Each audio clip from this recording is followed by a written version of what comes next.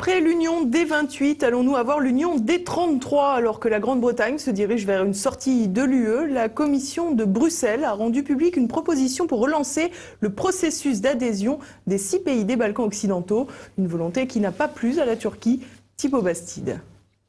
Les Balkans frappent à la porte de l'Union européenne pendant que la Grande-Bretagne négocie toujours sa sortie de l'association politico-économique. La Commission de Bruxelles entend pallier ce départ par l'arrivée de nouveaux adhérents. En effet, une proposition a été rendue publique mardi pour relancer le processus d'élargissement de l'Union européenne aux 6 pays des Balkans occidentaux, à savoir la Serbie, le Kosovo, l'Albanie, le Monténégro, la Bosnie-Herzégovine et la Macédoine. Pourtant, ce projet ne date pas d'hier.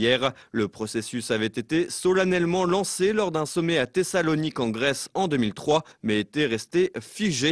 Cependant, le processus d'élargissement ne concernerait pour le moment que la Serbie et le Monténégro pour 2025. Pour les autres pays, il ne s'agit que d'une perspective d'adhésion en fonction de leurs efforts de réforme, condition indispensable à leur entrée dans l'UE. Et les efforts doivent être nombreux. En effet, certains de ces pays sont encore gangrénés par la corruption et la violence, mais figurent aussi comme de véritables bases avancées du terrorisme islamique à l'image du Kosovo. De plus, d'importants litiges persistent encore entre les pays frontaliers, des litiges d'ordre ethnico-religieux. Autre point sur lequel l'Union européenne se veut intransigeante, le contrôle de l'immigration. Ces pays sont en effet de réels points d'entrée et de passage pour les clandestins. La situation est encore plus compliquée pour le Kosovo, véritable excroissance albanaise en Europe centrale, alors que 5 pays européens ne reconnaissent toujours pas son existence. Malgré cela, l'UE a prévu 1,07 milliard d'euros d'aide de préadhésion aux pays des Balkans occidentaux pour l'année 2018.